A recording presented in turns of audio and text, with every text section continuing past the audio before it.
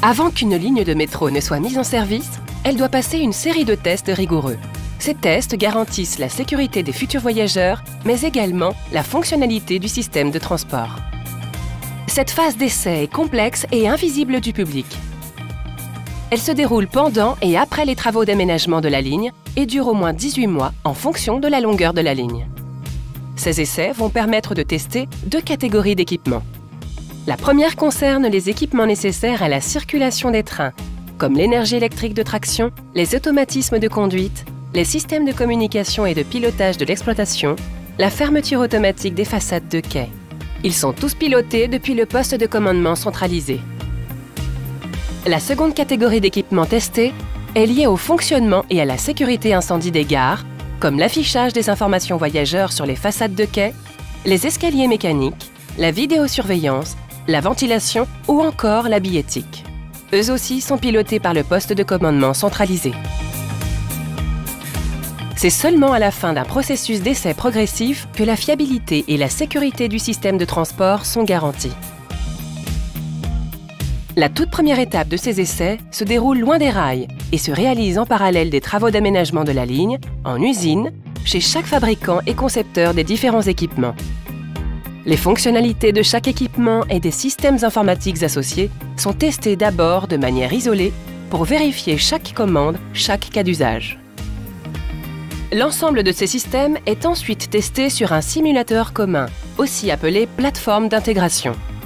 On s'assure que chaque équipement et chaque système informatique peut interagir avec les autres et qu'ils répondent correctement.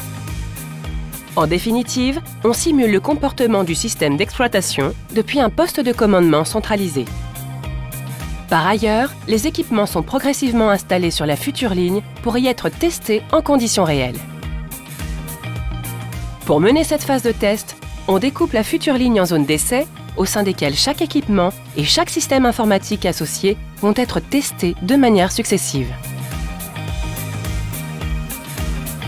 Ils font d'abord l'objet d'un test de raccordement électrique et de mise sous tension. On passe alors en zone rouge. La zone d'essai requiert des protocoles d'accès et de déplacement très stricts.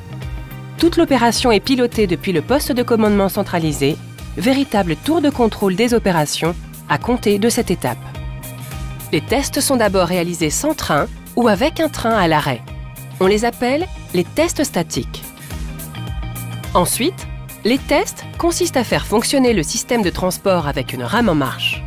D'abord en mode manuel pour sécuriser progressivement les essais, puis en mode automatique. On vérifie alors que tout fonctionne ensemble à l'échelle de chaque zone d'essai. Lorsque les tests sont concluants dans une zone, on les étend à la zone suivante, puis à celle d'après, jusqu'à réaliser ces tests à l'échelle de la ligne. Toute l'opération est pilotée depuis le poste de commandement centralisé. Dans les gares, les équipements et leurs systèmes de gestion informatique sont également testés depuis le poste de commandement centralisé en parallèle des essais en tunnel. La grande valse des trains commence alors. On en injecte de plus en plus pour simuler progressivement le fonctionnement de la ligne dans des conditions normales d'exploitation. Les essais se poursuivent pour étudier également le comportement des trains et des équipements dans des situations dégradées, dues par exemple à un malaise voyageur ou à la suppression d'un train. La mise en service d'une ligne ne peut se faire qu'avec la certitude que les équipements qui composent le système de transport ainsi que les gares fonctionnent parfaitement et garantissent une sécurité optimale. Ce n'est qu'après avoir franchi toutes ces étapes qu'on pourra commencer la marche à blanc, ultime phase avant la mise en service commerciale de la ligne.